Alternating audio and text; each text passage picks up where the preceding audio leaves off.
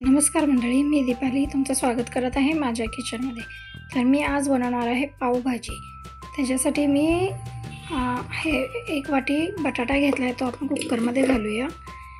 हे 1 वाटी गाजर घेतले, ते घालूया. 1 वाटी फ्लॉवर घेतला आहे, तो घालूया कुकरमध्ये. आणि 1 वाटी मटार. हे सगळं आपण कुकरमध्ये घालायचं आहे. आणि ह्याला मध्ये हे स्वच्छ भाज्या धुवून घेतलेल्या आहेत मी.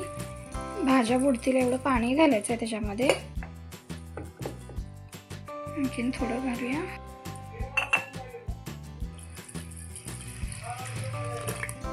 पाणी घालायचं आहे. थोडंसं भाज्या शिजतील एवढं मीठ घालायचं. चला तर मग कुकर पॅक करून घेऊया आणि ह्याला एक 4-5 शिट्ट्या देऊन घेऊया. तर हा कुकर झालेला आहे. आता आपण उघडून घेऊया.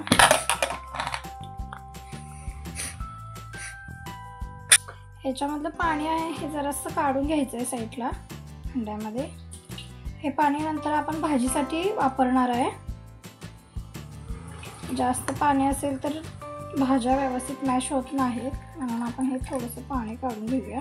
ह्या भाज्या मॅशरने अशा मॅश करून घ्यायचे, व्यवस्थित एकसारख्या मॅश करून घ्यायचे. तर आता मग ह्या मॅश करून घेते.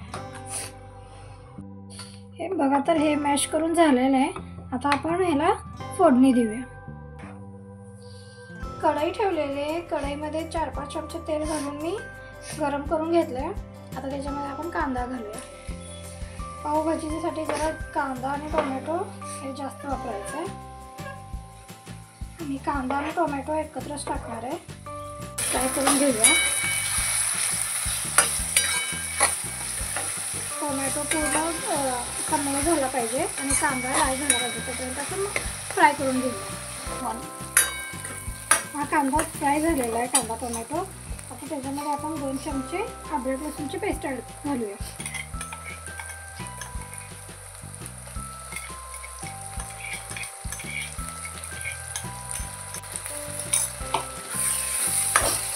ते पण व्यवस्थित भाजून घ्यायचं आहे. त्याचा कच्चा वास घ्यायला पाहिजे. व्यवस्थित जास्त 2-3 सेकंद फ्राय करून घेऊया.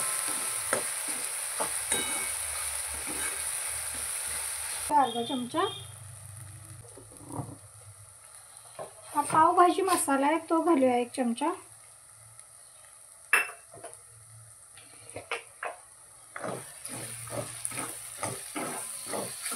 व्यवस्थित भाजून घेऊया. लाल तिखट घालायचं आहे, तुम्ही तुमच्या आवडीप्रमाणे घाला. मी ते 4 चम्मच घालणार आहे.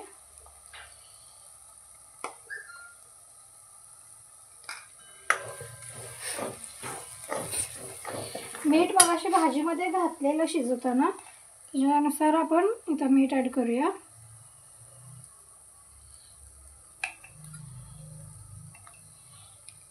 आणि हे 1-2-3 सेकंद फ्राय होऊ देऊया.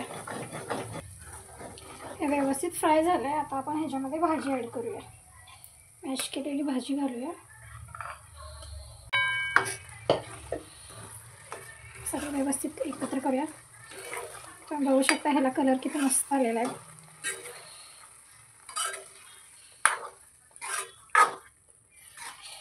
मग अशी भाजीतलं पाणी काढून ठेवलेलं आहे, ते पाणी आपण इथे यूज करायचं आता.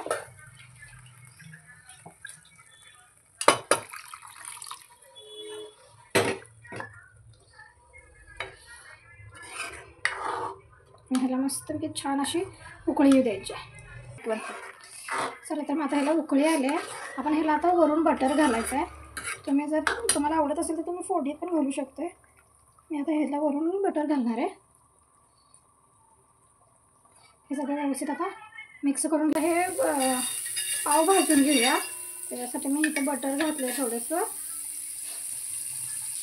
थोडीशी हळद,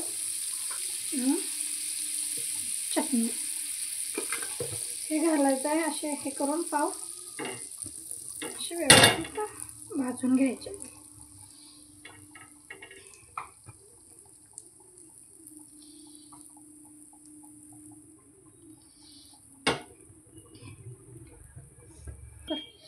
वरून आणखीन थोडं बटर लावून घेऊया त्याला, म्हणजे व्यवस्थित क्रिस्पी भाजतील.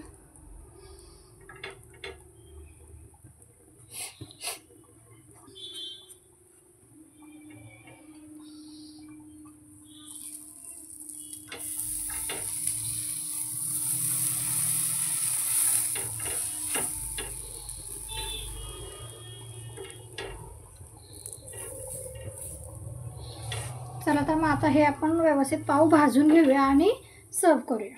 आता मग आपण सर्व करून घेऊया. हे कांदा लिंबू आहे, हे आपण भाजलेले मसाले पाव,